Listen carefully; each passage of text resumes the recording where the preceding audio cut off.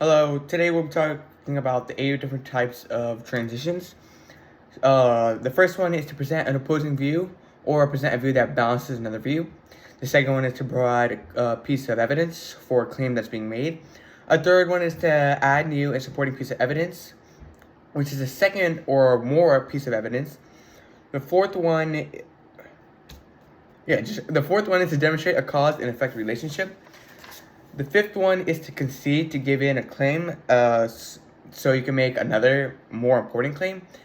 The fifth one is to show ordering or sequencing of events.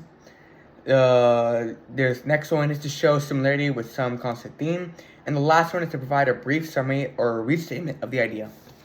So diving into the first one, to present an opposing view or present a view that balances another view. So the form for this would go sentence one, which is the claim, then transition, sentence two, and then another claim that either opposes or balances. And so these common transitions include, however, fortunately, on the other hand, conversely, whereas, while, in contrast, on the contrary, and yet.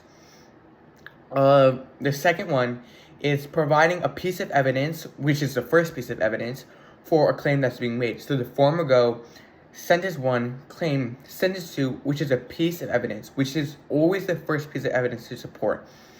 And these transitions can include in fact, as a matter of fact, indeed, to illustrate, for instance, and for example.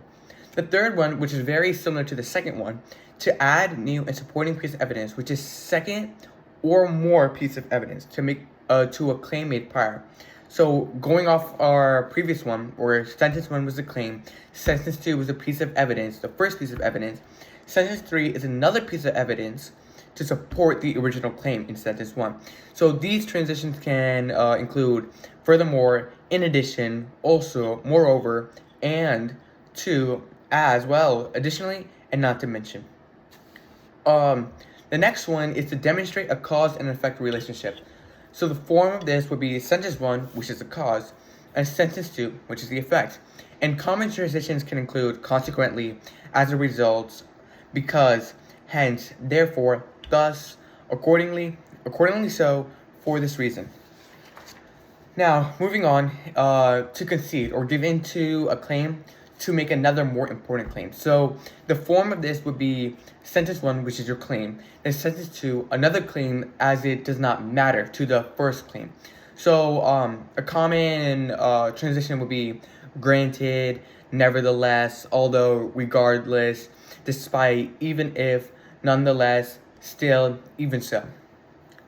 The next one, to show ordering or sequencing of events. So sentence one would be an action or an event, right? And then season two is chronological forward or chronologically backwards event. So common transitions can include finally, subsequently, previously, afterwards, next, then, eventually, before. The next one is to show similarity within some constant theme.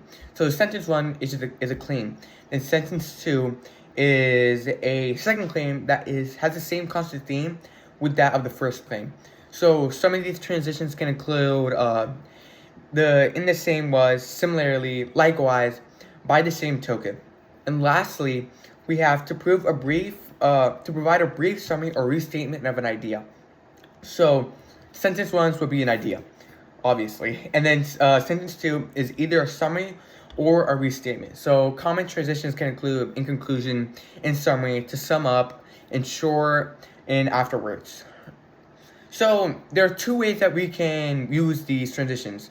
So first way is like we have our transition and the ICC. And the ICC is mainly our sentence one. And then after the ICC ends with a comma. And then there's sentence two, which is the sentence two. So the second way is we first have the sentence, period, transition, comma, and then sentence again. So in order to solve these type of questions, we have to read the sentence before the transition or the ICC that the transition begins and identify the function. The step two is to read the sentence that include the transition and determine the true relationship to that of the first sentence. And then we have to pick an appropriate transition. That's pretty much it for transitions. Yeah.